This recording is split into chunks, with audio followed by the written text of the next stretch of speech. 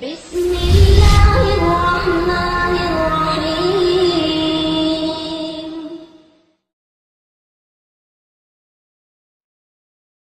ہر شخص سکون چاہتا ہے، اطمینان قلب چاہتا ہے، قلبی تسلی و تشفی چاہتا ہے، inner bliss, tranquility, peace of mind, peace of heart, true serenity.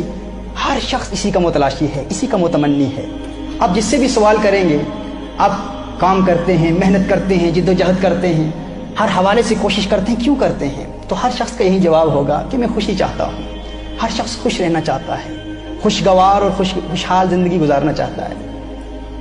دیکھیے، ایک تاجر پورا دن محنت کرتا ہے اپنی تجارت کو، اپنی بزنس کو، اپنے کاروبار کو پھیلانے کے لیے اور زیادہ سے زیادہ نفع کمانے کے لیے اپنی تمام تر توانائیاں اور صلاحیتیں صرف کرتا ہے۔ تو اس سے پوچھے تو کیا چاہتا ہے؟ ڈیپ ڈاؤن اپنے دل سے بتا کہ تیری خواہش کیا ہے، تیری تمنا کیا ہے، تیری آرزو کیا ہے، تیرا ہدف کیا ہے، تیرا موٹیو اور منتہا نظر کیا ہے، حقیقتاً تو کس چیز کا متلاشی ہے؟ وہ بھی کہے گا خوشی چاہتا ہوں۔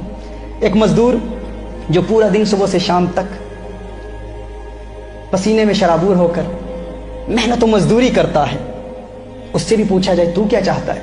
وہ بھی خوشی چاہتا ہے، وہ بھی ایک خوشحال زندگی گزارنا چاہتا ہے۔ ہر چند کے مختلف لوگ مختلف چیزوں میں خوشیاں تلاش کرتے ہیں۔ ہر شخص کی اپنی فکر ہے، اپنا نظریہ ہے۔ اگر کوئی شخص بیمار ہے تو اسے بیماری کی وجہ سے ہمیشہ پریشانی لاحق رہتی ہے، پریشان رہتا ہے بیماری کی وجہ سے۔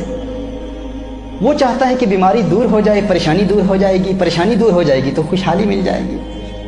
اسی طرح اسٹوڈنٹس ہیں، انہیں ہمیشہ امتحانات میں ناکامی کا خدشہ رہتا ہے، خوف رہتا ہے کہ ناکام ہو گئے تو ناکامی پریشانی میں مبتلا کر دے گی، تو وہ چاہتے ہیں کامیابی مل جائے، تو وہ کامیابی میں خوشیاں تلاش کر رہے ہوتے ہیں۔ اسی طرح جن والدین کے اولاد نافرمان ہے، وہ چاہتے ہیں کہ وہ اولاد فرما بردار ہو جائے، وہ اولاد کی فرما برداری میں خوشیوں کے متلاشی ہیں، خوشیوں کے متمنی ہیں۔ اسی طرح اگر کچھ لوگ گھریلو ناچاکیوں اور اختلافات کا شکار ہیں تو وہ چاہتے ہیں کہ یہ تنازعات و اختلافات ختم ہو جائے تو ہمیں خوشیاں مل جائیں گی۔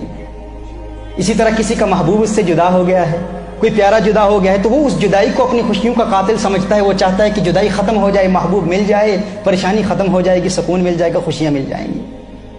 کسی کے دشمن ہیں، دشمن کا خوف لاحق ہے، وہ دشمن پر برتری حاصل کرنا چاہتا ہے کہ کسی طرح دشمن پر برتری حاصل ہو جائے گی تو خوشی مل جائے گی۔ یعنی ہر شخص خوشی تلاش کرتا ہے، البتہ خوشی جس میں تلاش کی جا رہی ہے وہ وسائل اور اسباب اور ذرائع مختلف ہو سکتے ہیں، لیکن الٹیمیٹ گول، منتہا و نظر، ہدف سب کا ایک ہی ہے کہ خوشی مل جائے۔ یعنی انسان خوشی کا متلاشی ہے، خوشی چاہتا ہے۔ اب یہ خوشی چاہتا کون ہے؟ انسان چاہتا ہے نا خوشی۔ تو سوال یہ پیدا ہوتا ہے انسان ہے کیا؟ انسان کی تعریف کیا ہے؟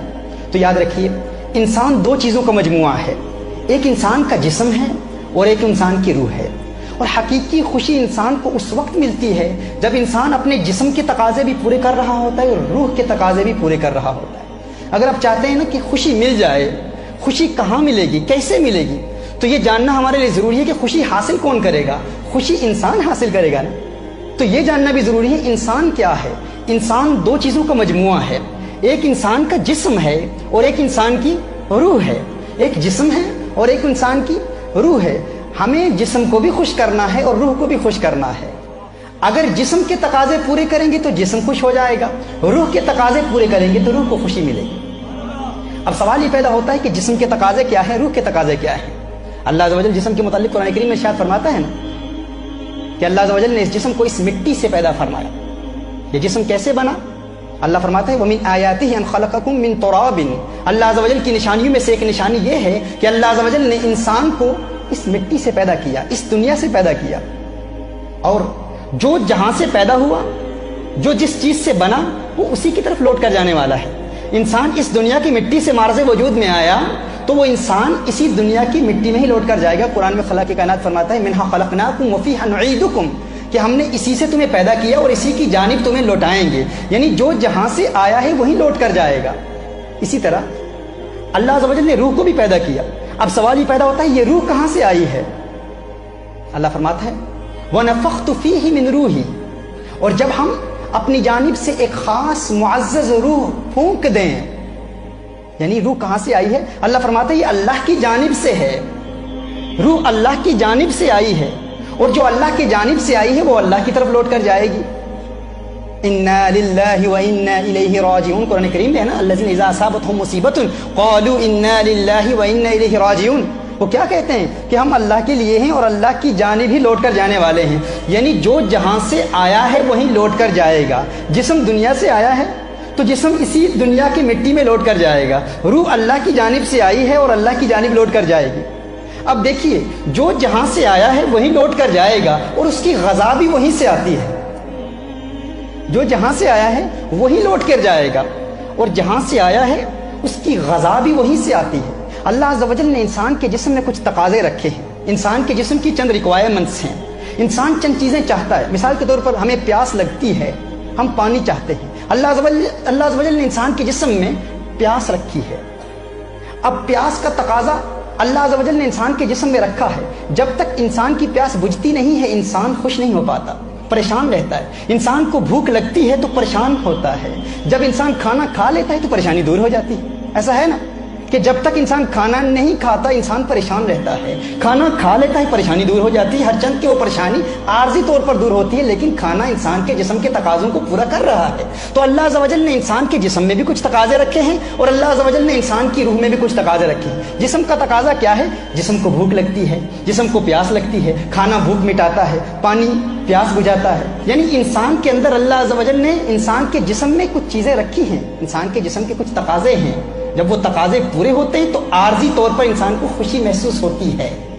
اس طرح انسان کے جسم میں اللہ عز و جل نے چند تقاضے رکھے ہیں، این اسی طرح اللہ عز و جل نے انسان کی روح میں بھی چند چیزیں رکھی ہیں۔ جس طرح انسان کے جسم کو پیاس لگتی ہے، بھوک لگتی ہے، این اسی طرح انسان کی روح کو بھی پیاس لگتی ہے، بھوک لگتی ہے۔ روح بھی پیاسی ہوتی ہے، روح کو بھی بھوک لگتی ہے۔ جس طرح انسان کے جسم میں کچھ تقاضے ہیں اسی طرح انسان کی روح میں بھی کچھ تقاضے ہیں، لیکن ہمارا المیہ یہ ہے، ہمارا مسئلہ یہ ہے کہ ہم جب بھی پریشان ہو جاتے ہیں تو پریشانی کو دور کرنے کے لیے ہم جسم کے تقاضے پورے کرنے کی حتی الاستطاعت کوشش کرتے ہیں، لیکن روح کا تقاضا پورا کرنے کی ہم کوشش ہی نہیں کرتے۔ ہمیں علم ہی نہیں ہے کہ ہماری روح چاہتی کیا ہے، ہمیں اس بات کا علم ہی نہیں ہے کہ ہماری روح کا تقاضا کیا ہے، ہماری روح کی خواہش کیا ہے، ہماری روح کی تمنا کیا ہے، ہماری روح کی آرزو کیا ہے، روح کیا چاہتی ہے، روح کی خواہش کیسے پوری ہوتی ہے، روح کی پیاس کیسے بجھتی ہے، ہمیں اس بات کا علم ہی نہیں ہوتا۔ اور خوشی، الٹیمیٹ بلیس، حقیقی سکون، سکینہ قلب، طمانینت قلب، انر ٹرانکویلٹی، یہ انسان کو اسی صورت میں حاصل ہوتی ہے جب انسان جسم کے تقاضے بھی پورا کرے اور انسان روح کی خواہشات بھی پوری کر رہا ہو۔ روح کی پیاس کیسے بجھتی ہے؟ فرمایا وما ارسلناک الا رحمت للعالمین، محبوب ہم نے نہیں بھیجا آپ کو مگر تمام جہانوں کے لیے رحمت بنا کر، یہی وہ رحمت للعالمین ہے، ان سے پیار ہو جائے روح کو سکون مل جاتا ہے۔ یعنی حضور اکرم صلی اللہ علیہ وآلہ وسلم کا پیار انسان کو دائمی خوشی دیتا ہے، یہی روح کی غذا ہے۔